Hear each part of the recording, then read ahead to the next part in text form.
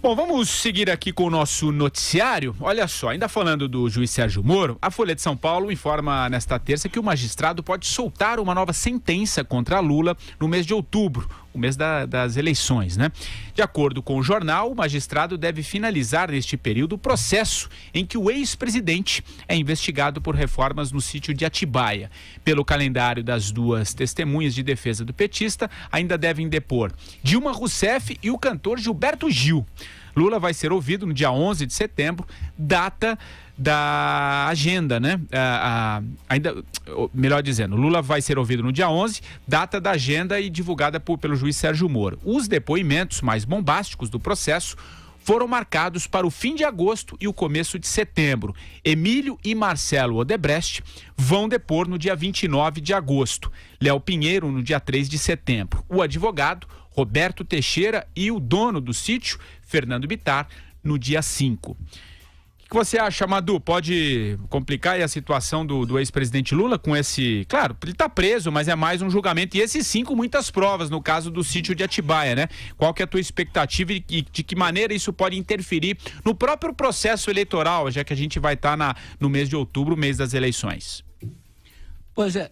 Tudo leva ao tumulto, né? Tudo leva ao tumulto, Patrick. Isso é que eu tô cada vez mais preocupado com o Brasil, porque a gente, em vez de ver as coisas se arrumando, a gente vê elas se bagunçando, né? É evidente, me parece, que as provas contra o ex-presidente Lula, no caso do sítio de Atibaia, são até muito mais contundentes do que do triplex do Guarujá.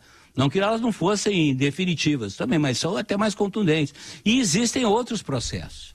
E como os meus colegas falaram muito bem, né, existe uma pressão contra a Operação Lava Jato muito grande.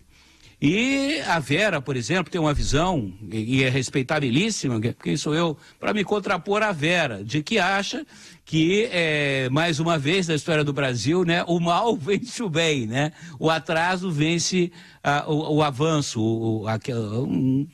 E provavelmente eu acho que ela deve ter razão. Mas eu ainda acredito que da força, né, da opinião pública, da sociedade organizada, né, das pessoas de bem, que são ampla maioria no Brasil, das instituições, eu acho, é uma coisa que também, se a gente não acreditasse nisso, Vera, se a gente acha que, né, com digamos assim, essa próxima condenação do Lula, né, você vai ter ainda um recrudescimento no combate à Lava Jato, por força de uma parte do Supremo Tribunal Federal, e acredito que vai existir, o que se pode prever é um Brasil cada vez mais tenso, cada vez mais inseguro, cada vez mais com a incerteza tomando conta, e pior que a incerteza, né? É a desesperança. A desesperança é capaz de derrotar uma nação. Vera. Pois é, mas vão se acumulando as penas, né, Patrick? As penas se somam, tem um limite máximo que a pessoa pode cumprir, mas as penas em diferentes processos se somam. Como o Madureira falou, esse é um processo com provas mais robustas, tem tanto em maior número quanto provas mais concretas.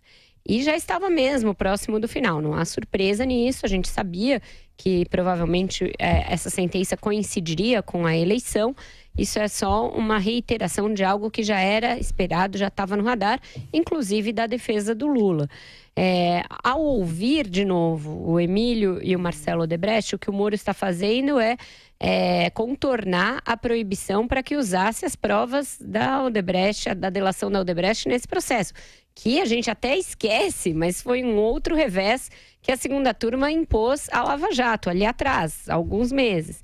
Então ele vai ouvi-los de novo para que eles repitam no âmbito do processo e aí sem proibição... Deixa eu só te interromper um minutinho, porque a partir deste momento nós estamos também em AM, interligando toda a rede Jovem Pan. O AM estava transmitindo a reta final aí da Copa do Mundo, agora também em AM, tá bom? Bem-vindos, ouvintes do AM, da Jovem Pan AM. A gente está discutindo agora, então, para atualizar, a provável segunda condenação do ex-presidente Lula, agora no caso do sítio de Atibaia. Então, eu dizia que ela é provável, a gente já vem tratando disso aqui, que as provas são mais robustas e que deve coincidir com a eleição. Então, mesmo no PT, vão se reduzindo às fileiras daqueles que acham que será possível manter por muito tempo essa pantomima de candidatura do Lula. Ô Andreasa, você sempre vem defendendo já há um bom tempo aqui, né, que o candidato ungido pelo ex-presidente Lula estará no segundo turno, ou caminha para isso, né? Você acha que uma eventual sentença de Moro entre o primeiro e o segundo turno aí pode complicar a situação, derrotar o candidato ungido pelo Lula? Você acha que vai ter algum peso no caso aí do julgamento do sítio de Atibaia? Enfim, vai lá. Patrick, sinceramente, eu acho que não. Acho que a coisa está colocada de uma tal maneira, a estratégia lulista é de tal ordem, foi de tal forma concebida, que o impacto e eu estou me referindo a algo como 20% do eleitorado, né? O impacto sobre esse 20% do eleitorado disposto a votar no Lula ou no representante do Lula, no caso do Lula até um volume maior, percentual, eu acho que isso é muito pouco alterado.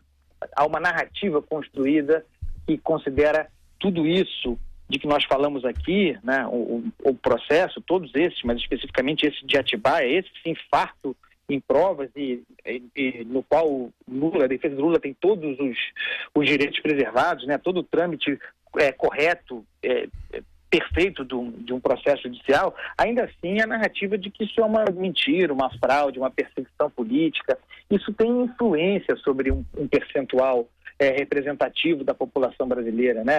Há pessoas cegas também, né? E há compromissos vários aí, inclusive de ordem financeira, o aspecto do Bolsa Família, muito bem instrumentalizado. Eu acho que o impacto é pequeno. Eu também acho engraçado esse tipo de matéria, né? Lula pode ser condenado por Atibaia antes ou durante a eleição, entre turnos. Pode, também não pode. Pode ser como pode não ser. Se você pensar bem, vai ouvir testemunhas, inclusive o Gilberto Gil, mas entre outras, há um mês da eleição em primeiro turno.